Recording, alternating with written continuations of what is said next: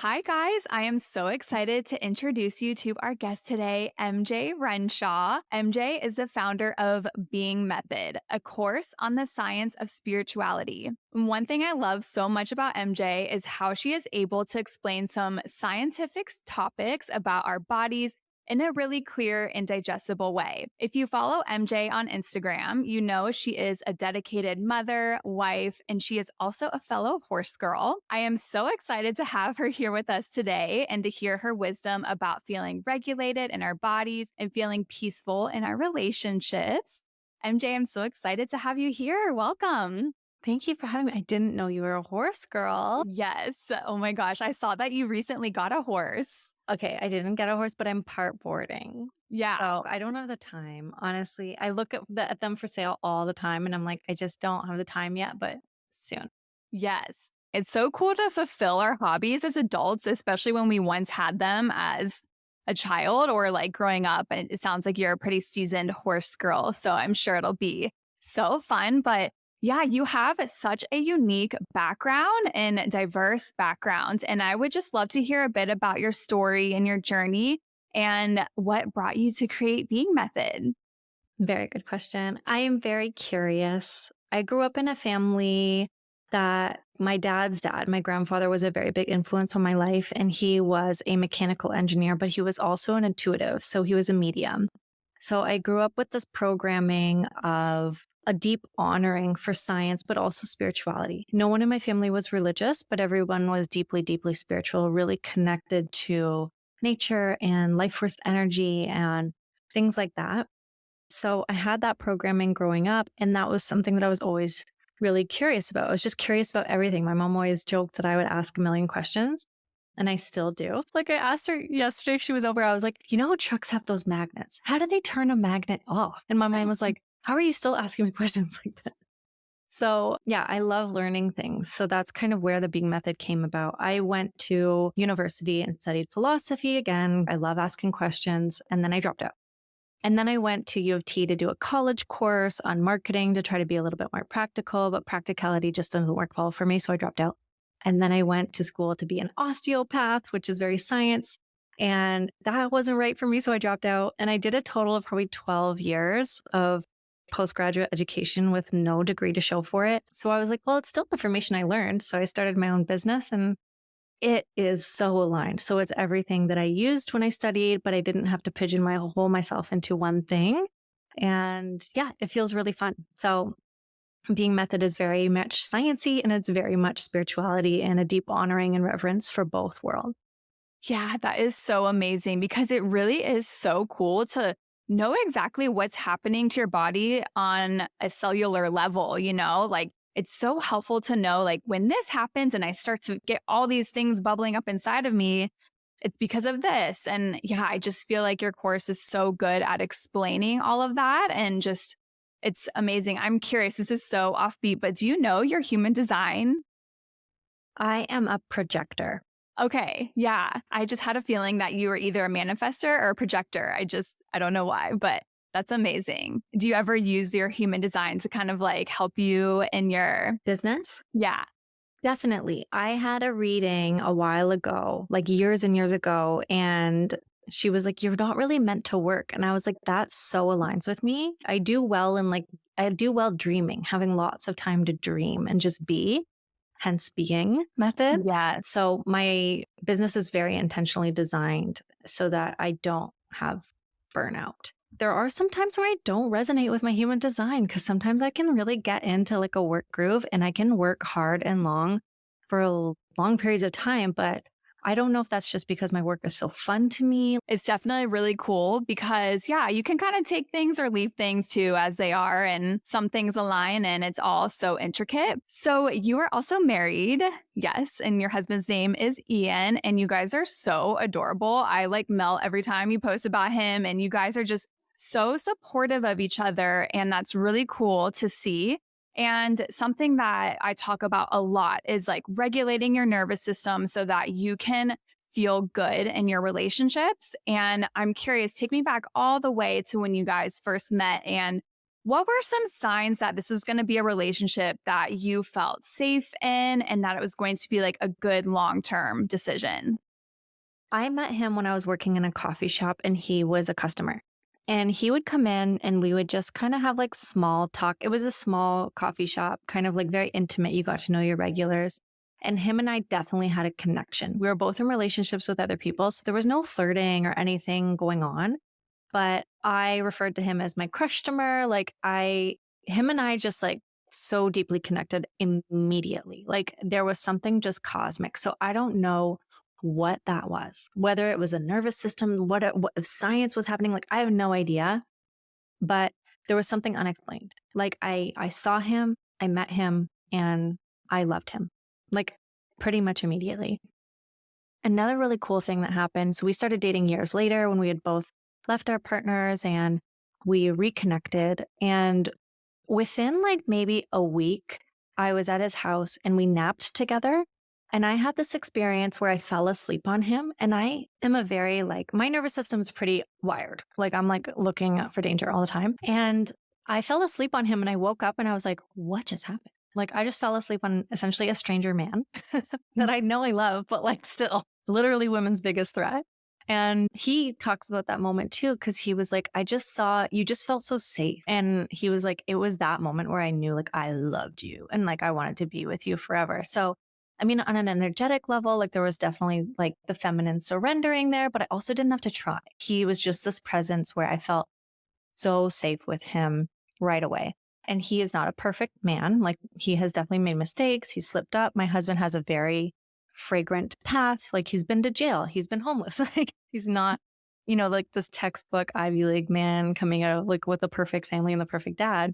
So he has his own healing to do. But overall in our relationship, I do just fundamentally feel safe with him in the decisions that he makes and the way he tries to help me and support me. So Oh my gosh, I have like full body chills. It just is, yeah, it's when you feel that, like I can even sense that you just like really dropped into your body when you guys first met, even. And like you had this inner knowing, even it seems like, which is so crazy that sometimes our body just knows. And even though your body, like cognitively, you didn't really know what was happening because you were in relationships. So you probably weren't even thinking about that, but your body probably felt something that it just knew something down the line. And then when you were able to be together and when you are able to fall asleep, your nervous system is just so safe and feeling relaxed. And that's just so cool. Was there anything that he in particularly did that made you that you witnessed and you're like, okay, that's like a green flag. I feel safe with that. definitely a couple things. So I was like very clear with him on our first date with a few things. The first was that I wouldn't be sleeping with him. It's just something that I don't do. No shade to anyone who does. I personally I have trauma with sexual stuff. So I was like, it's not going to happen until I feel really safe with you. And he was like, cool. Like there was no, weird, like sometimes people try to talk you into it or whatever. So he was very cool with consent. Big green flag for me. He was also very consistent and very communicative right from the start. I never wondered. I think there was one time he didn't text me back and he had fallen asleep. So he knew what he wanted. He wanted me. He wanted to be with me. He wanted to date me. And he was like, it was consistent communication. I was never left wondering like, oh, how does he feel? Like, does he want me? He was like, no, you're my wife. I want you to be my wife forever. And I'm not saying everybody needs a guy who's going to say that, but like, I knew where we stood all the time. There was no gray area. And that's what I wanted. And that's how I communicated with him. Like I was like, I like you and I want to be with you. And he, reciprocated that energy. So I think just having that like groundedness from him, that clear communication, knowing that he was consistently going to be there. He has amazing integrity. So if he says he's going to do something, he does it. And even like above and beyond. Today, I went out walking with our kids and one of them started crying and I was like trying to push her stroller and carry the baby. And I texted him like, can you help me? And I literally saw him sprint out the front door and then sprint up the street. Like he's like just the best. Like I wish everyone had an Ian. I was literally just going to say everybody needs to take notes. And I really do wish that as well. It's so easy to sometimes get caught up in somebody that doesn't really provide you those things, but like it's so possible, you know? It's Yes, so possible to find that person that helps us feel at ease. But it also really does take that ability to see those, green flags. Would you say that, before when you guys first got together, were these behaviors, they were present from the get-go? Was there any time that you got maybe like a little anxious and felt nervous with what was happening or? definitely. Like it wasn't like I met him, we went on our first date and everything was peachy. Mhm. We both had immense healing to go through and we still are. Like we've been together 6 years, married for I don't even know a couple of them, but we're still healing our triggers, right? Like that's what intimacy is. You're going to get with someone and it's never going to be rainbows and butterflies all the time. Like you guys are going to trigger each other's wounds. And him and I have both done a type of couples therapy called the emotional freedom technique. Maybe you've heard of it, but it's big and it's beautiful because you learn each other's triggers. So in a fight, rather than being totally offended by how he's acting when he's triggered, I can say to myself, "Oh, he's triggered right now." And then I can, try to regulate myself so that we can co-regulate. And whether that's taking a break or whether it's just trying to extend a little bit of empathy to him. But we work on that constantly because we're both people with pasts. Like we're not showing up to this relationship totally healed and perfect. Maybe that happens for some people, but it hasn't for us. And we've definitely slipped up. Like we've sometimes said things we wish we could take back or misunderstood each other and gotten into arguments.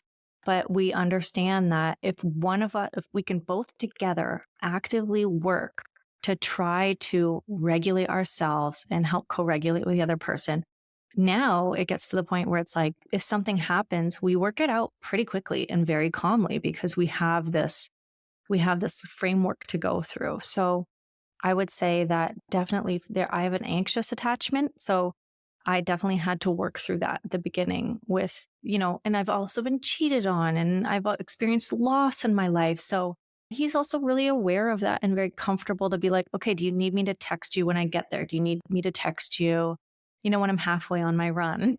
Because I'm always like, oh my God, please just stay in contact because I'm worried. He's so responsive to that and he empathizes with me. So, yeah, I'm definitely not like the perfect healthy attachment person, but I have someone who's willing to try and grow with me and to understand where I need a little bit of help. And I try to understand where he needs a little bit of help too.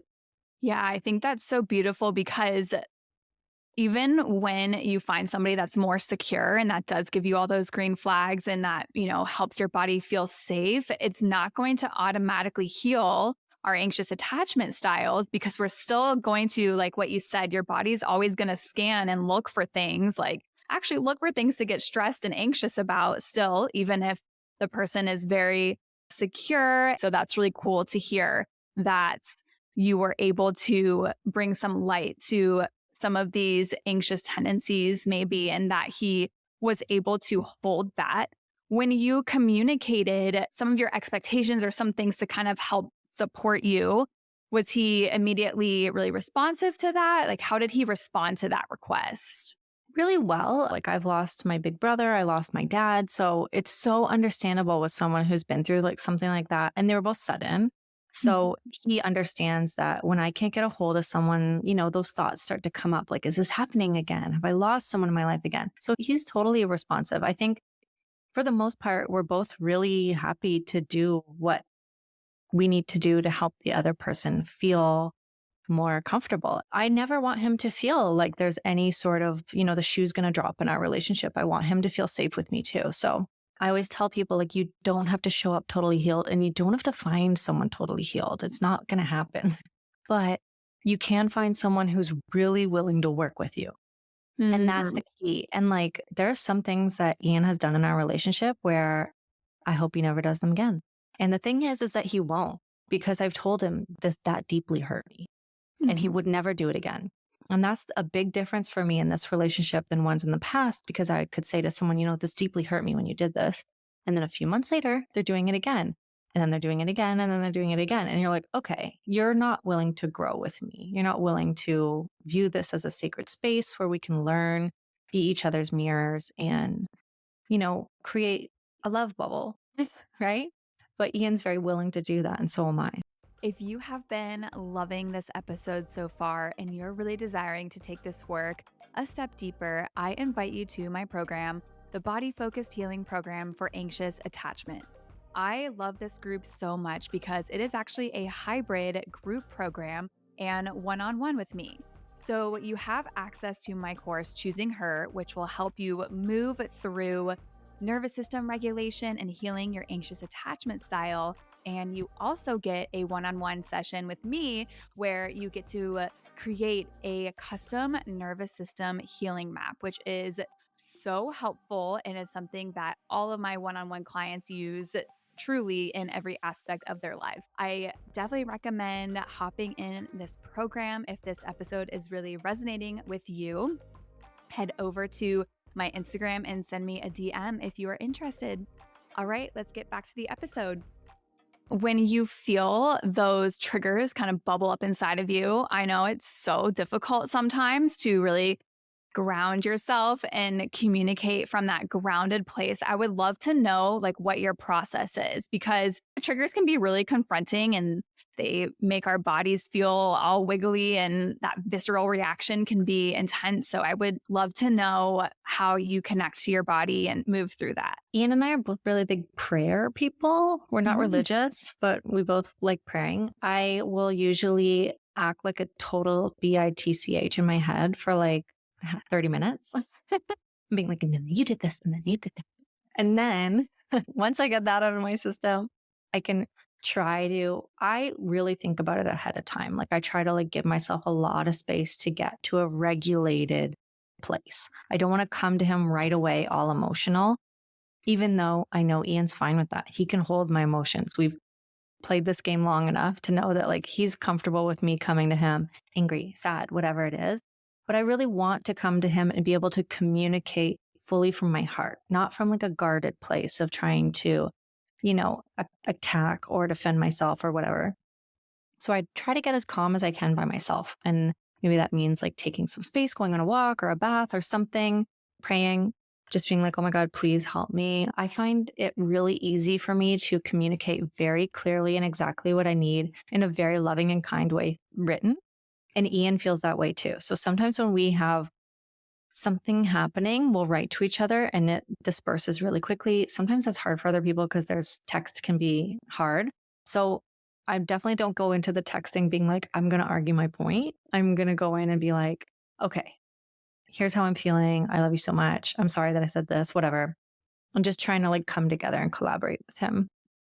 But yeah, I think just anybody's got tools, right? Like you could do tapping or breath work or a bath or a walk. Just use whatever tools you know can help you get back to kind of like a more sane place, right? I love that. I think that will be really expansive for so many people to hear that there are those tools that you can use. And it's okay to feel like you're like a raging bitch, like as long as you're not taking that out. And it is tricky because of course there's times where we're not perfect and we don't take that space to kind of be with ourselves and we react and that's definitely that happens. And like what you mentioned, it sounds like Ian is able to hold those emotions with you.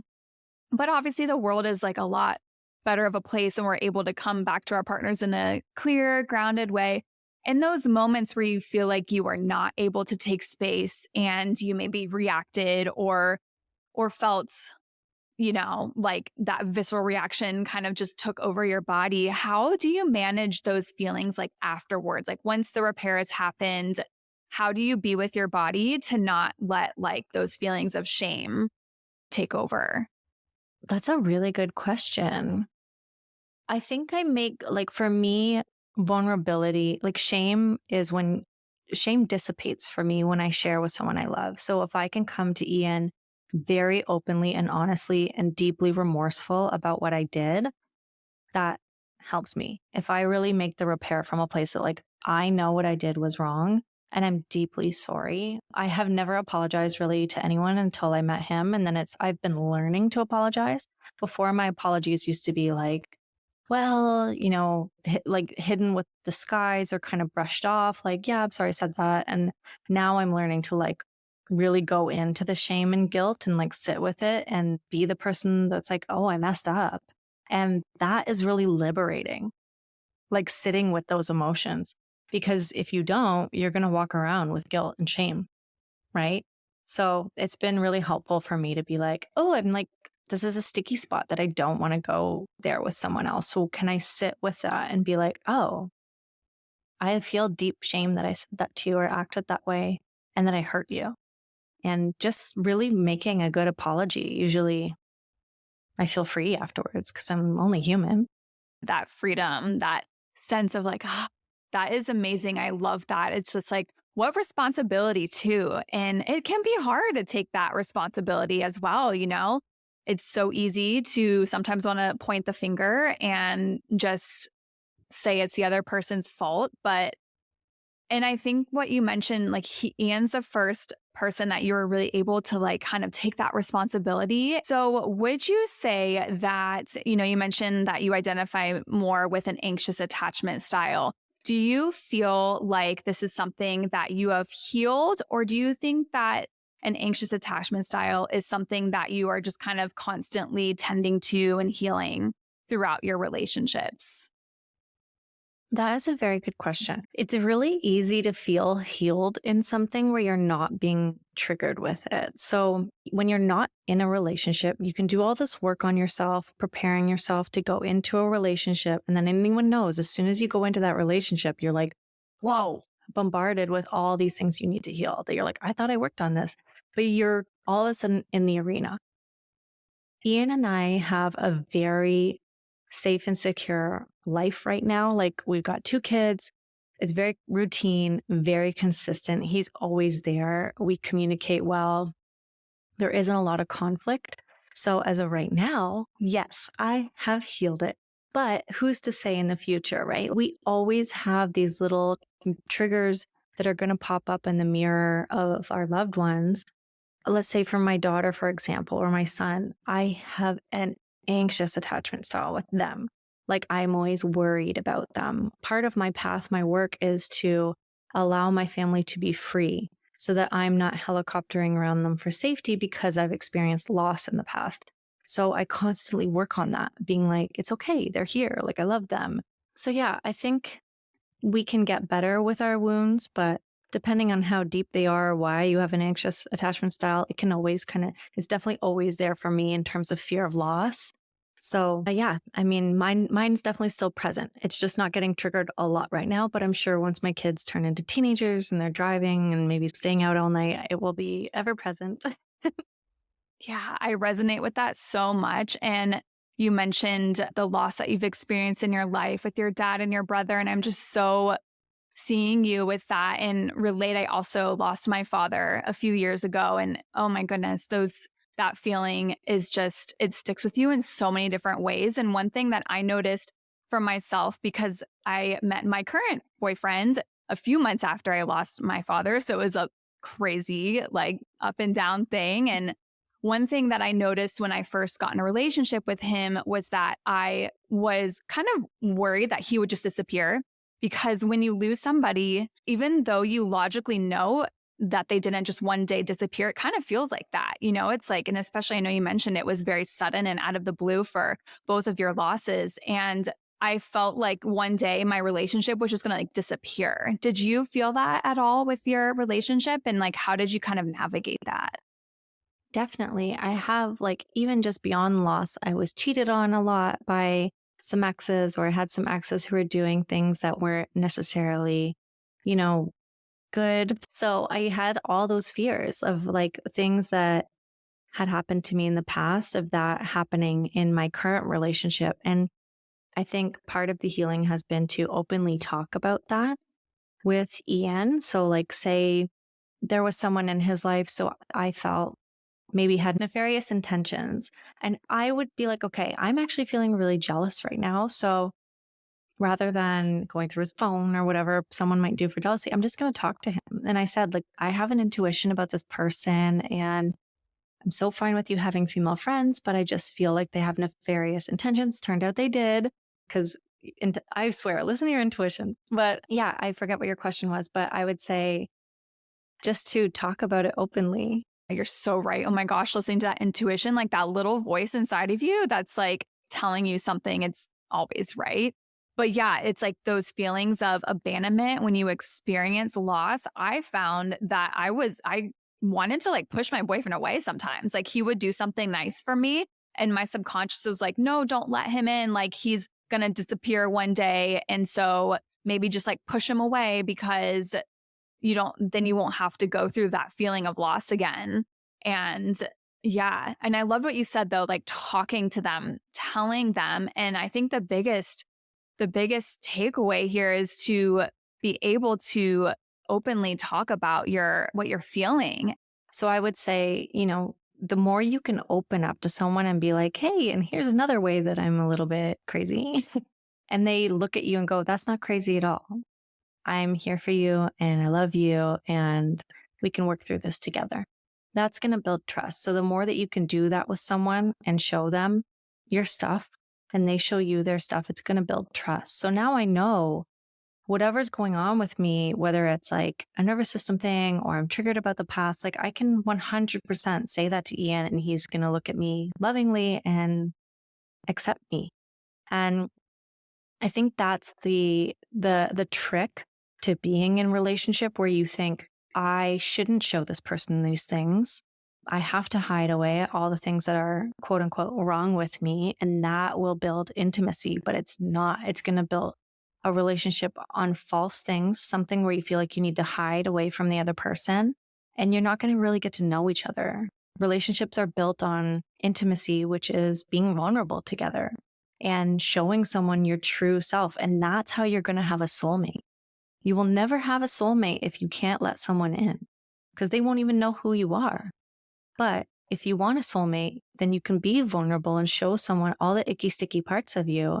And that person is going to see you for who you are and accept you. And that will be so deeply healing to have someone look at the gross parts of you and be like, I love you. That is so incredibly healing. And it has helped me look at myself and say, yeah, I love her too. Like I love me too.